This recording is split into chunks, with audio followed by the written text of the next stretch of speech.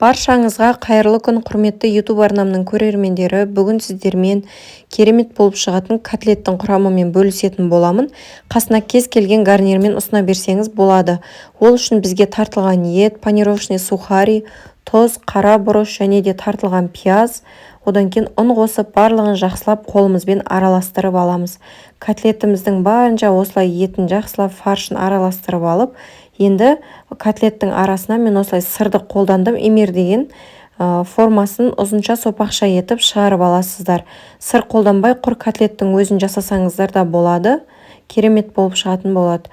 Және енді табамызды майлап, барлық котлеттерімізді орналастырып, 180 градусқа 20 минутқа жібереміз. Картоптарымызды алдын ала қайнатып дайындап қойғанмын. Енді бұны да тура котлеттің формасында етіп, сопақша етіп шығарып аласыздар. Барлық котлеттеріміздің үстіне осы картоптарымызды, қайнатылған картоптарымызды қойып шығатын боламыз. Жеке ұсынсаңыздар да болады, бірақ осылай жасап көріңіздер. Арасына майонез қосып алдым.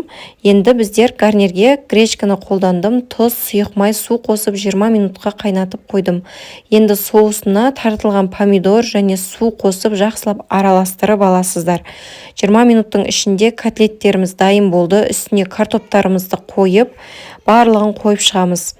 Картоптарымыздың үстінен қойып шыққаннан кейін барлығын осылай қолымызбен шамалы басып жібереміз. Қазір духовкаға салғаннан кейін арасы ажырап кетпес үшін. Енді дайын болғаннан кейін үстінен соусын құйып 180 градусқа жарты сағатқа жібереміз.